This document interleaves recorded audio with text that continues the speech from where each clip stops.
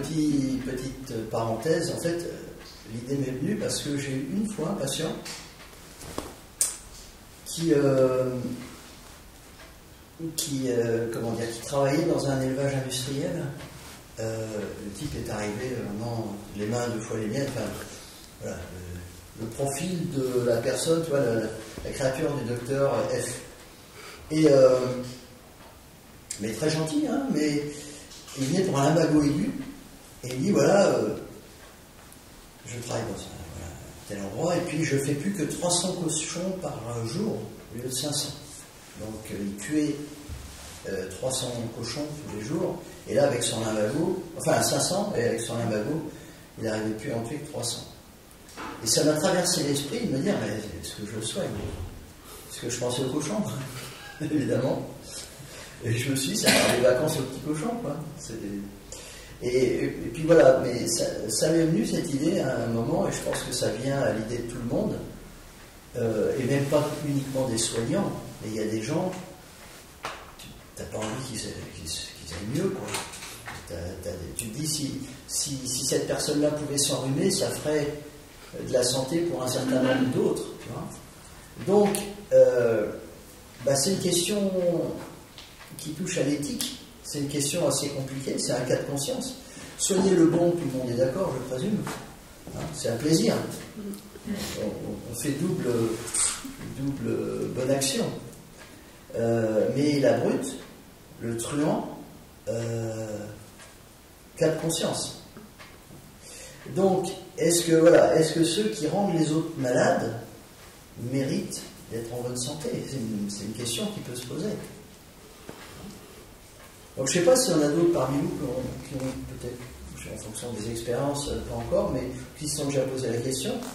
Mais si vous avez effectivement demain quelqu'un qui incarne le contraire exact de ce à quoi vous tenez, je ne sais pas si vous aimez les animaux et qu'il y a Willy Schrein, le président de Chasseurs de France, qui vient se faire soigner, ou si vous n'êtes pas franchement pour la politique gouvernementale et que Macron vient vous demander, etc., ou Madame Yerleyen, ou Monsieur Gates, je ne sais pas, enfin, tout dépend de ce que vous pensez dans la vie, ou si vous avez par exemple un petit problème avec les vaccins Covid et que vous avez Albert Bourla qui vient se faire soigner, le PDG de Pfizer. Simplement un patient qui amène sa femme en consultation, ouais. Et on s'aperçoit que en discutant avec la dame qu'il abatte aussi, donc absolument, sans aller. Je prenais des exemples caricaturaux, ouais. Enfin peut-être, mais effectivement il y a le côté, ça c'est un autre aspect intéressant. On s'aperçoit qu'il y a un problème de maltraitance vis-à-vis d'une épouse, un enfant, quoi que ce soit. Ouais. Et voilà, je sais pas, est-ce que ça vous inspire quelque chose? Qu'est-ce que vous faites? Vous sortez le 357, vous appelez le 15. Nous on se cache sous le bureau. Je sais pas. Vous vous cachez sous le bureau. Moi je suis malade. Allez vous faire soigner ailleurs. Moi, ça m'est déjà arrivé. Ah non. Si ça m'est déjà arrivé de soigner quelqu'un, il a commencé à parler politique et pas du tout aux antipodes. Et en fait, je me suis rendu compte que je l'écoutais, mais que j'étais plus dans l'intention de le soigner. J'ai fait mon soin, mais l'intention de le soigner, elle n'était pas du tout.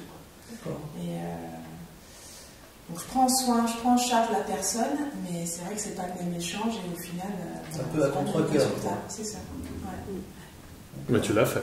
Mais je l'ai fait. Et la démarche de venir, donc il est quand même dans une démarche de soins et d'aller mieux. Alors, de changer quelque chose qui ne va pas chez lui, est-ce que aussi il peut être amené à changer des choses, pas forcément sur le plan médical ou par exemple sur le plan d'idées politiques. On peut aussi penser noir un jour et puis changer aussi ses avis politiques. Donc, chaque personne a la capacité aussi de pouvoir changer et de se bonifier. Et si elle fait la démarche de venir déjà pour se soigner, c'est qu'elle veut peut-être changer quelque chose chez elle. Et peut-être que... mais en tout cas, moi, l'accompagnement n'est pas le même. Et forcément, le résultat n'est pas le même. Donc il faudrait que tu mettes sur ta plaque ce que tu votes.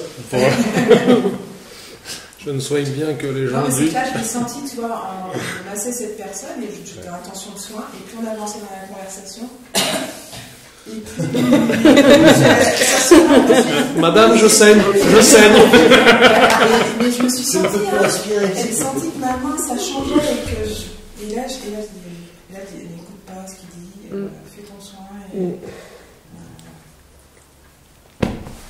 Non, mais ça pose une vraie question, parce qu'on sait qu'un soin, normalement, voilà, on y met du cœur. Hein. Et c'est vrai que, voilà, est-ce que il est mieux de ne pas le faire, ou de le faire À contre-cœur. à contre-cœur on pourrait dire aussi, aller voir un tel, je ne suis pas compétent. C'est une vraie question. Est-ce qu'on se fait violence Est-ce que... je sais Quand tu pas. as posé la question, peut-on soigner le bon, la brute et le truand, moi, tout de suite, j'ai pensé oui, pour une poignée de dollars. Je dis, là, à vrai dire, on reste dans le thème, tout s'achète. Mais en fait, je savais pas trop quoi dire, parce que moi, je me pose jamais la question. Peut-être je la fuis. Parce que c'est une vraie question de profondeur, mais moi je la fuis. Enfin, j'en sais rien, je ne sais pas si je la fuis ou pas, mais c'est une question, est-ce que lui je le soigne? Et ça commence à... Moi ça me met mal à l'aise, parce que en fait... Non, c'est pour ça que je disais, imagine qu'il y ait quelqu'un qui incarne vraiment... il se trouve que ton histoire m'a rappelé quelqu'un que j'ai croisé quand j'étais kiné, ça fait au moins 20 ans. Je faisais des remplats domicile à Nantes, à droite, à gauche, et puis un jour j'arrive chez un papy, et puis à l'époque j'avais les cheveux longs, j'étais un peu barbu, et il arrive, il me voit, donc un papy de plus de 90 ans, il me dit « Ah, j'aime pas les barbus ». Et après il me regarde, il me fait « J'aime pas les communistes et j'aime pas les barbus ». Je dis bah, « Ça tombe bien, vous avez tout en un ». Je suis pas communiste, mais l'histoire de ma famille, c'est des déportés communistes, donc ça me faisait marrer.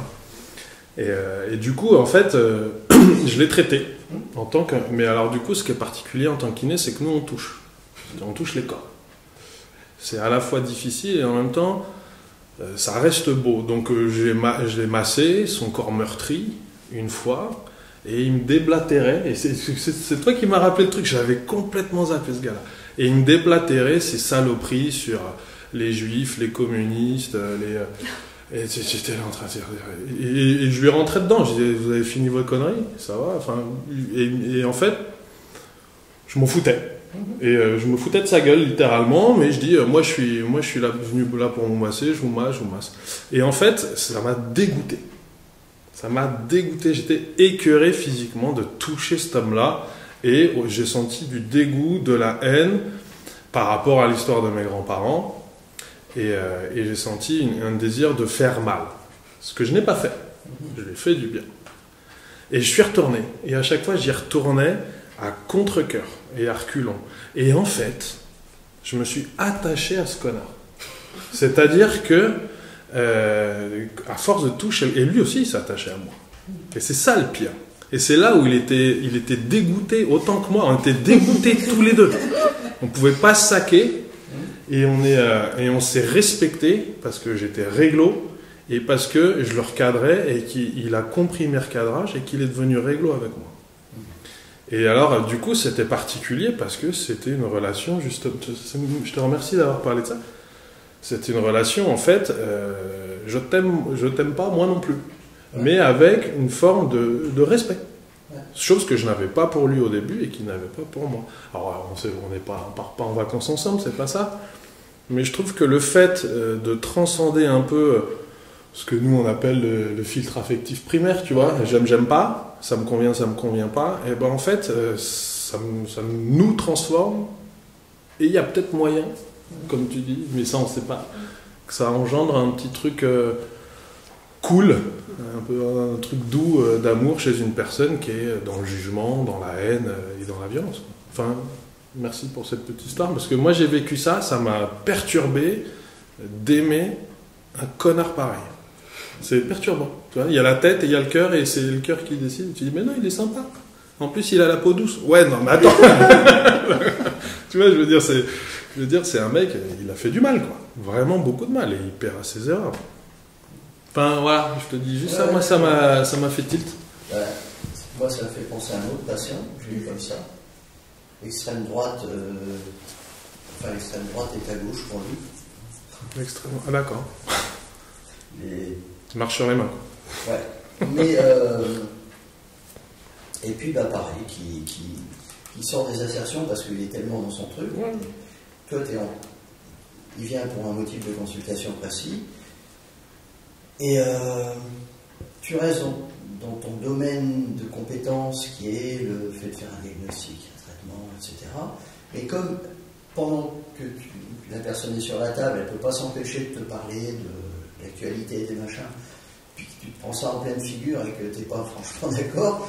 Et là, ce qui est intéressant, c'est que le docteur Léon me disait, tu as une personne qui dit j'aime pas les légumes, et puis il ne faut pas dire si, il faut manger des légumes, c'est bon les légumes, sinon ça crée une résistance. Puis dire mais pourquoi vous n'aimez pas les légumes? Donc en fait, quand tu as le temps dans de la consultation, tu as quelqu'un comme ça, tu l'amènes à exposer, quand c'est de l'ordre de la tu vois, c'est différent encore de l'exemple de la brute par exemple, ça c'est autre chose. Mais c'est pas le truand non plus. En fait, on a encore autre chose là. C'est ni brut ni truand, c'est vraiment des histoires d'opinion quelque part. Mais ça peut être des gens qui ont fait des choses mal quand même, directement ou indirectement. Mais ce que je veux dire, c'est que on a ce petit pouvoir d'aider les gens à peut-être par des questions successives à vérifier la validation du bon sens de leurs opinions, quoi. C'est-à-dire de faire une psychothérapie, enfin c'est pas une psychothérapie mais au moins une analyse, les aider à faire une analyse en apportant des touches de raisonnement pour qu'ils soient un peu poussés et effectivement au fil des consultations, j'ai dû suivre pendant une paire d'années, au fil des consultations ça s'était, on va dire, ça avait arrondi les ongles, quoi. Mais tu fais pas marcher un crabe droit, quoi. Je veux dire, de toute façon, voilà, simplement, c'est vivable. Et puis tu dis, j'ai guidé sans contrainte, j'ai produit sans rien attendre, enfin, etc. Mais donc le truc, c'est peut-être de ne pas rentrer dans le débat trop ou le conflit. Enfin, c'est une possibilité aussi de le faire franchement, si la personne, parce qu'il y a du respect aussi, c'est comme un match de boxe. Mais parce qu'il y a des moments, c'est un peu plus chaud aussi, parce qu'il faut aussi se faire respecter si jamais la personne elle outrepasse.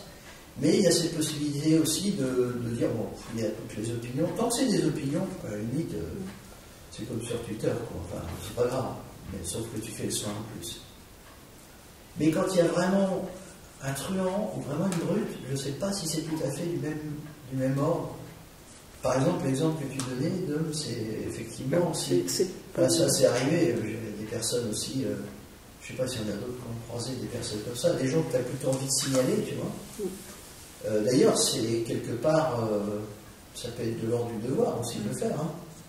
Quand tu repères qu'il y a quelque chose qui ne va pas, c'est logique. Mais c'est vrai que si personne ne te demande rien, enfin, ça tout dépend si la conjointe est là, enfin, comment ça se passe, etc. Mais après, tu peux avoir du culturel, parce que tu peux aussi te dire, tiens, lui, comment il parle à sa femme, sauf que culturellement, les deux trouvent ça normal, et toi, et ça, c'est juste un problème culturel.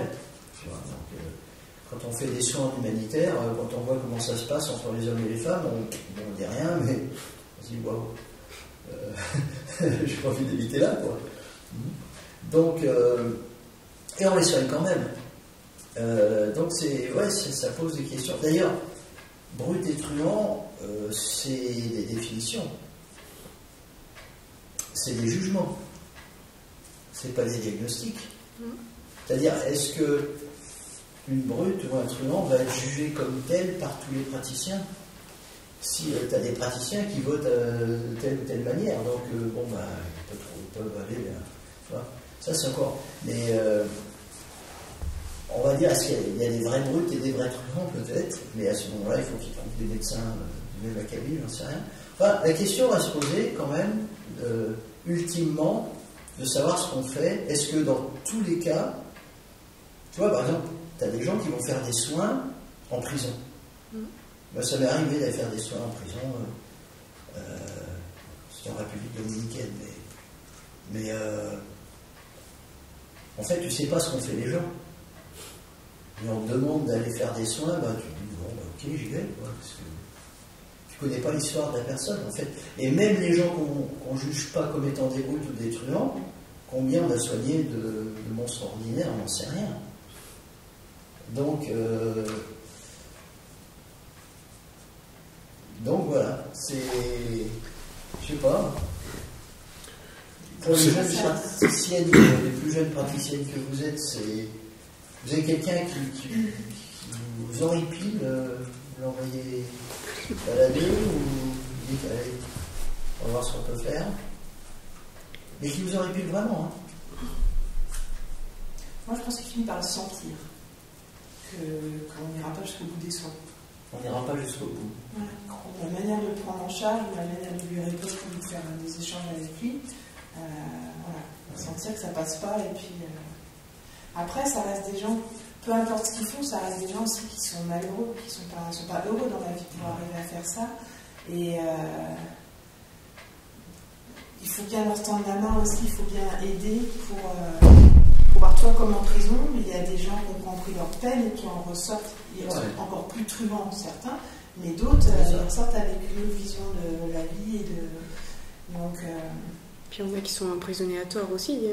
Comment ? Je dis il y en a, ils sont emprisonnés à tort aussi et du coup je me dis qui on est pour s'autoriser à dire que lui il est le bon, la brute ou le truand, et aujourd'hui on a tous nos moments où on est un peu plus irritable que d'autres et à ce moment-là tu vas passer pour le truand alors qu'en fait dans la vie de tous les jours t'es pas comme ça.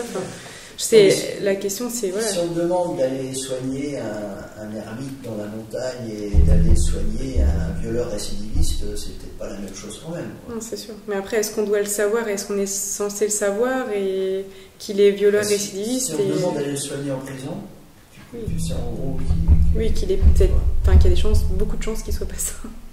Non, c'est peut-être des questions un peu surréalistes. Mais... Dans le serment d'Hippocrate, il n'y a pas on se doit soigner tout. Ouais.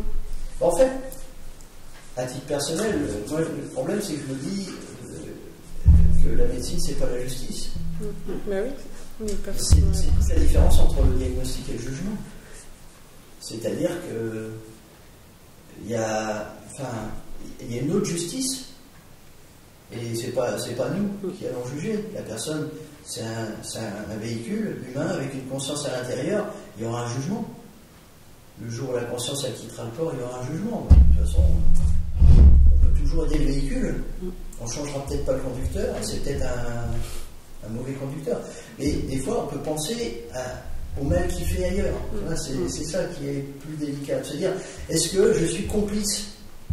Tu vois, si j'aide quelqu'un à aller bien alors qu'il fait du mal, tu soignes un dictateur ou je sais pas quoi, tu te dis, là, je suis... Tu soignes un homme, tu ne soignes pas ce qu'il fait. Ouais, non, sauf que si tu sais qu'en allant mieux, il va faire des trucs qui ne sont pas bien, tu as l'impression d'être complice de quelque chose de mauvais. Après, on lui dit pas franchement d'y aller avec cœur joie. On lui dit pas franchement non plus d'y aller à cœur joie dans ce qu'il fait. On s'occupe de son problème peut-être matériel qu'il a besoin, mais pas de... Et tu vois, c'est pas pareil non plus de faire un soin, de dire, bon, allez, je traite un lumbago, un machin, une douleur... Et puis de prendre en charge les 3 trésors de la médecine chinoise, c'est-à-dire d'avoir un patient dont tu t'inquiètes de la façon dont il vit, etc. Parce que tu as besoin de savoir qui a quoi. Et là, c'est plus profond comme relation thérapeutique. Et tu peux pas simplement dire je fais mon soin et puis je ne m'occupe pas de qui il est. Tu vois, c'est plus délicat. Parce qu'en fait, tout marche ensemble. Les émotions, les pensées, le corps, la physiologie. Donc en fait, tu es obligé de plonger un peu dans le truc, de savoir comment fonctionne cette personne. Et voilà, je me dis que... Moi, je pense qu'on a tous des limites. Mais qu'on n'est pas forcément au courant de la limite tant qu'on ne la voit pas, tant qu'on ne la vit pas. Tu vois, moi, tu dis violeur d'enfants. Moi, en fait, je suis en train de m'imaginer, mais en fait, non, quoi. C'est quoi, non? Je suis désolé, mais non. Après, tout comprendre, ce serait tout pardonner. Mais il y a un moment... où dans chaque acte, il y a les limites de la médecine qu'on pratique, mais il y a aussi les limites du médecin. Et quand tu pratiques pas Chenggu ou l'ostéopathie, puisque tu fais de l'acupuncture, du massage et d'autres choses très très bien, quand il y a besoin de remettre un dérangement intervertébral mineur, je réoriente chez l'ostéo. Je respecte, je connais et je respecte ma propre limite technique. Mais je pense que les limites, elles sont pas que techniques. Je pense qu'elles sont émotionnelles, elles sont cognitives, morales, ou physiques des fois. Parce que des fois, juste, tu dois faire un transfert d'une personne de 120 kg qui est paraplégique, tu peux pas. Donc, excusez-moi, allez voir un mec plus fort. Enfin, j'imagine une petite nana de 50 kg qui doit faire un transfert d'un paraplégique de 120, vas-y, lève-toi. Elle est une hernie discale, elle pourra pas. Donc, en termes de limites... C'est pas ce que tu veux pas, c'est que tu peux pas. Ouais, mais je pense qu'il y a des choses où, en termes de morale, préserver sa propre conscience et ne pas vendre son âme, entre guillemets, au diable, même si c'est un jugement de valeur. Ne pas engendrer la division en soi. Et avec le monde dans lequel tu vis, je pense que c'est une question non seulement de survie, mais de surmort aussi, au-delà de la propre vie. Donc il y a des choses, des fois, il vaut mieux mourir que vivre une culpabilité immortelle, quoi. Enfin, j'exagère un peu, là, je prends le truc, tu vois. Je prends des exemples un peu extrêmes, mais c'est justement... je faisais un peu ce parallèle, c'est que, pour le corps humain, tu as des agents pathogènes, des CHI, et puis tu as ton immunité qui fait le travail dans l'autre sens. Et tu te dis, tu as des gens, ce sont des CHI. Oui. C'est-à-dire, ce sont des pathogènes. C'est des sociopathes. Des brutes, ça peut être des pathogènes sociaux. Mais ça veut dire que la question, dans ce cas-là, c'est... disperser CHI. Peut-on soigner CHI? C'est-à-dire, est-ce que tu renforces CHI quelque part? Tu l'aides à être pathogène dans ce cas-là. C'est ça. Tu estimes que c'est quelque chose de pathogène à un autre niveau.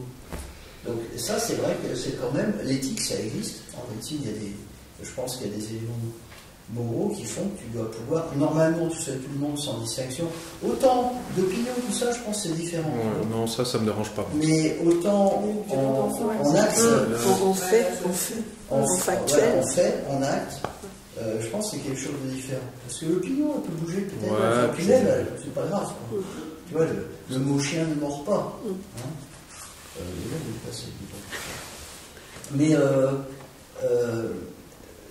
concernant les actes, effectivement, je pense que peut-être il y aura la pratique. Tu sais, en psycho, il y a ce qu'on appelle le sabotage bienveillant. Tu bottes en touche, quoi. Avec bienveillance, mais pour toi-même. C'est ce que j'allais dire. Tu peux aussi dire, en fait, si on considère, comme tu l'as très bien dit, on a chacun des limites. Ces limites, c'est aussi... faut arriver à se respecter soi aussi par rapport à la manière dont on prend soin des gens, parce qu'on est l'outil qui permet de prendre soin. Et effectivement, si tu te... Comment dire si tu es confronté à des choses qui... c'est vrai que tu vas pas le faire bien, quoi. Donc, non, tu vas pas le faire bien, mais c'est surtout que tu vas le faire à contre-cœur. Ouais. Et moi, je passe mon temps à dire aux gens, il y a un moment, faut écouter son cœur. Alors, je sais que ça fait un peu Bambi et compagnie, mais on sait ce que ça veut dire, nous, en médecine chinoise. Donc, les gens, ça leur fait du bien d'avoir un recadrage sur c'est qui l'empereur et c'est qui décide. Mais c'est pas le cerveau qui décide. Moi, personnellement, j'ai jamais été confronté, ou sinon, je l'ai pas su. Parce qu'il y a, à mon avis, il y a plein de fois où, en fait, tu le sais pas. Donc, la question se pose pas. Moi, les opinions, ça me dérange pas du tout. Au contraire, je trouve ça super rigolo, les biodiversités. Et puis, de voir la biodiversité d'opinions. En plus, on est là-dedans en ce moment avec la société médiatique. Ça me fait marrer. Et je trouve ça un super entraînement, justement, pour la souplesse. Pour moi, en fait. Je le prends perso. Mais pour ce qui est des actes, justement, tu parlais des actes de torture. Pareil, ça, moi, j'étais confronté quand même à des papis qui ont torturé pendant la guerre d'Algérie. J'en ai vu quelques-uns. C'est vrai qu'ils ont un cœur aussi, ils ont des émotions aussi, ils ont des machins. C'est intéressant pour ceux qui ont un retour. Il y en a qui en parlent avec des regrets, avec j'ai pas su faire autrement, parce que c'est facile, hein, mais quand t'es pas confronté au réel, tu peux toujours avoir des idées, hein, ça c'est facile. Donc moi j'attends d'être confronté à ça, je pense que je l'ai jamais vraiment été. Confronté à un mec qui me dit oui, alors vous soignez les violeurs concrètement parlant, en fait les gens le cachent. Enfin, j'ai sûrement suspecté 2-3 mecs de battre leurs femmes et compagnie, 2-3 même enfants battre leurs mères. Ça m'est déjà arrivé mais après c'est que des suspicions. Donc j'ai jamais vraiment été confronté personnellement à ça. Je pense que c'est une bonne idée, mais par contre j'irai pas. Non, après la question c'est voilà, on dit no way, pas question. On dit bah non je peux pas, j'y connais. Non c'est pas pareil. Mais enfin bon voilà, c'était la question du jour, mais pas d'idée. Ça m'est arrivé il n'y a pas longtemps. D'ailleurs, c'était ma première et seule patiente que j'ai eue. Ah, c'est bien de commencer par ça. Tu commences par ça déjà. Je savais en fait que c'était une personne qui avait battu ses enfants par le passé. Voilà. Et je l'ai quand même soignée. Et par le passé, c'est pas forcément pareil que quand c'est encore au présent. Exactement. Donc, mais je l'ai quand même soignée. Bah oui, parce que sinon, on est dans un jugement. On sait pas, enfin, tout dépend comment la personne a évolué. Tu as des gens, par ignorance, ils font des grosses bêtises aussi. Par bêtises, ils font des choses ignorantes. Mais il faut voir comment ces personnes évoluent, ce qu'elles en disent. Mais ça, tu le savais parce que tu la connaissais ou c'est qui t'en a parlé? Parce que je la connaissais. Ah oui. Et puis là, il y a notre propre jugement, encore une fois. Parce que on est dans une période aussi, enfin, il y a des générations, c'était le martinet, t'as d'autres générations, il ne faut pas y toucher, donc c'est compliqué aussi, tu vois.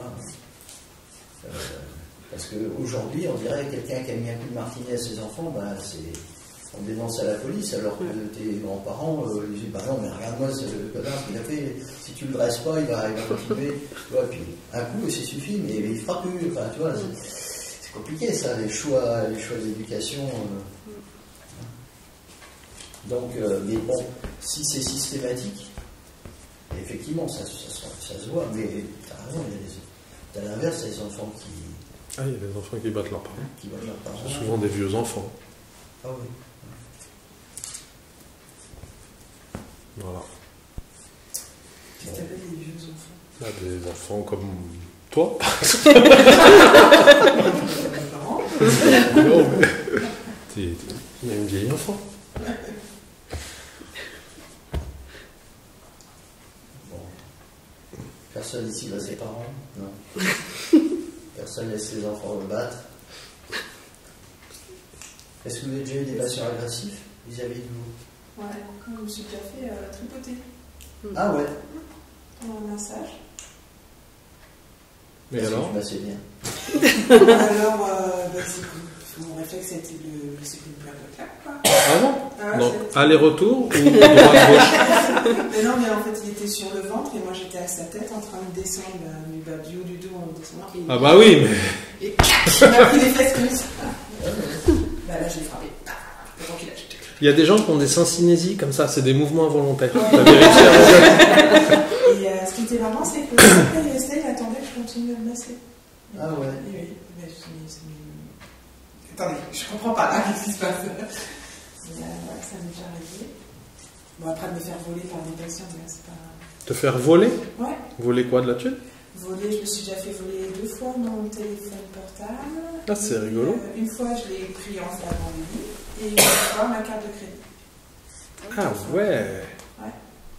Ah bah t'as une vie passionnante, toi. Bah, ils sont pas ça. 24 heures chrono. Non, mais c'est vrai aussi qu'on a, Ça, on a une chance pour la médecine chinoise, c'est qu'on prend du temps avec les gens, on attend de les connaître, on les voit un par un. Mais quand tu es, par exemple, les médecins généralistes, ils choisissent pas leurs patients, ça défile, et puis bah effectivement, c'est ambiance grande surface, quoi. Enfin, je veux dire, des deux côtés, il y a on se plaint que les médecins n'ont pas le temps, ne font pas toujours ce qu'il faut, mais les patients ne sont pas très patients non plus, ils ne sont pas toujours cool, non, c'est sûr. ils sont exigeants, enfin voilà. Et ils ont un comportement aussi de consommateur ou de prédateur, ou enfin, ça ne va pas. Donc c'est vrai que enfin, ça dépend le type. Et puis le massage, c'est encore un truc enfin, c'est encore autre chose, quoi. Ça dépend.